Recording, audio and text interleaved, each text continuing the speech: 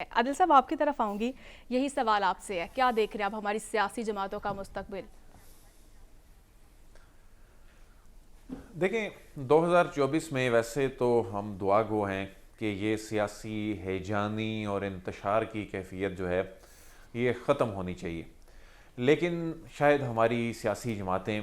جنہوں نے 2023 میں بھی نہیں سیکھا، اس سے پہلے 2022 میں بھی نہیں سیکھا تھا، وہ اپنی غلطیاں دہرا رہی ہیں، جس کی وجہ سے 2024 میں بھی ہمیں کوئی بہت زیادہ اس حوالے سے کوئی امید نظر نہیں آ رہی کہ 2024 میں کوئی بہت زیادہ کوئی سیاسی استحکام ہو۔ ہم دعا گو ہیں ہو، لیکن جو بنیاد 2023 کے آخری 2-3 دنوں میں رکھی گئی ہے انتخابات 2024 کی، جس میں سینکڑوں نامزدگی فارم جس انداز میں مسترد ہوئے ہیں اور آگے عدالتوں میں یہ معاملہ جا رہا ہے، 2-3 دن بعد ٹرائبیونلز میں جا رہا ہے، وہ فیٹ ڈیسائیڈ کریں گے، اس کے بعد اس سے بڑی عدالت میں بھی شاید جائے گا، اس کے بعد پھر رپورٹس بنیں گی، کوئی فافن بنائے گا، کوئی پلڈ ایٹ بنائے گا، کوئی یورپی یونین بنائے گی،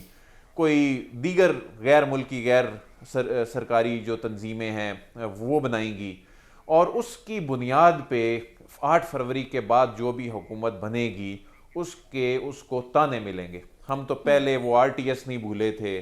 ہم تو اس سے پہلے آر اوز کے الیکشن نہیں بھولے تھے، یہ جو انتظامیہ کی آر اوز کا الیکشن ہے، اب یہ جس انداز میں یہ کام ہو رہا ہے، جو الیکشن کمیشن ہے اس نے اپنی بہت سی ذمہ داریاں پوری نہیں کی، تو اس کی بنیاد پہ جو حکومت بنے گی کہ سر صاحب میں بات کر لوں پھر اس کے بعد آپ ضرور کمنٹ کیجئے گا، تو اس کی بنیاد پہ جو انتخابات جس انداز میں ہوں گے تو کوئی اتنا آسان نہیں ہے یہ کہنا کہ آگے سیاسی استحکام نظر آ رہا ہے۔ اب 2023 میں یہ بڑا ٹاکسک انوائرمنٹ تھا، 2023 میں یہ کلائمیکس تھا پاکستان میں ایک زہر آلود سیاسی ماحول کا، جس میں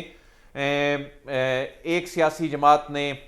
اپنا اس میں حصہ ڈالا، پھر دوسری نے ڈالا، اور سب نے اپنی سیاست کی،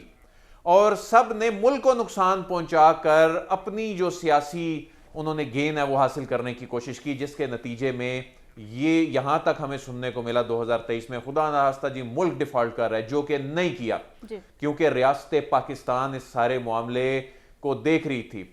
ساری قوم اس معاملے پہ کم از کم ضرور یکجا تھی کہ یہ جو تھریٹ تھا ہمارے لیے کہ خدا نخواستہ ہم ڈیفالٹ کر جائیں گے، مہنگائی ملک کی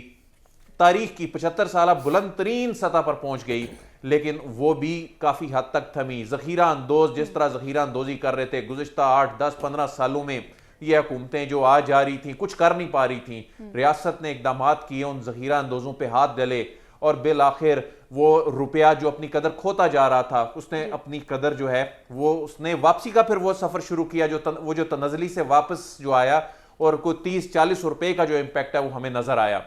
اسی طرح جو اس سال ہم نے بہت سے ایسے انیشیٹیوز لیے جو پاکستان کو اس پہ فخر ہونا چاہیے کہ یعنی ہمیں احساس تھا، ہم نے ایس آئی ایف سی، ہم نے ملک کی ایکسپورٹس بڑھانے کے حوالے سے، ہم نے ایگریکلچر انیشیٹیوز کے حوالے سے بہت سے پاکستان نے ایسے انیشیٹیو لیے ہیں جس کے ثمرات ہم امید کرتے ہیں کہ 2024 میں ہمیں دیکھنے کو ملیں گے، لیکن اس سب کے لیے ضروری ہے سیاسی استحکام، اور اس سیاسی استحکام میں میڈیا نے ہم تو سوشل میڈیا پہ الزام لگا دیتے ہیں نا،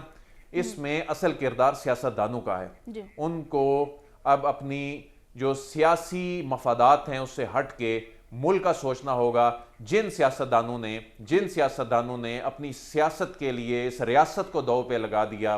اس ملک کی سلامتی کو خدا نخواستہ دو پہ لگانے کی کوشش کی، فرینڈلی ریلیشنز کو نیگیٹیولی ہٹ کیا،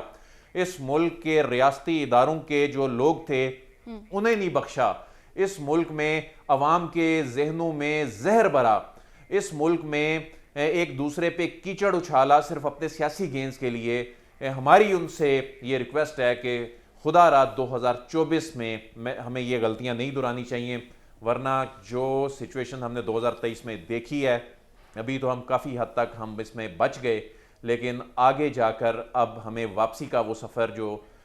جو ہم نے ایک مایوسی کی طرف مسلسل بڑھ رہے تھے، اب ہم نے اس پہ یو ٹرن لے کے واپس آنا ہے۔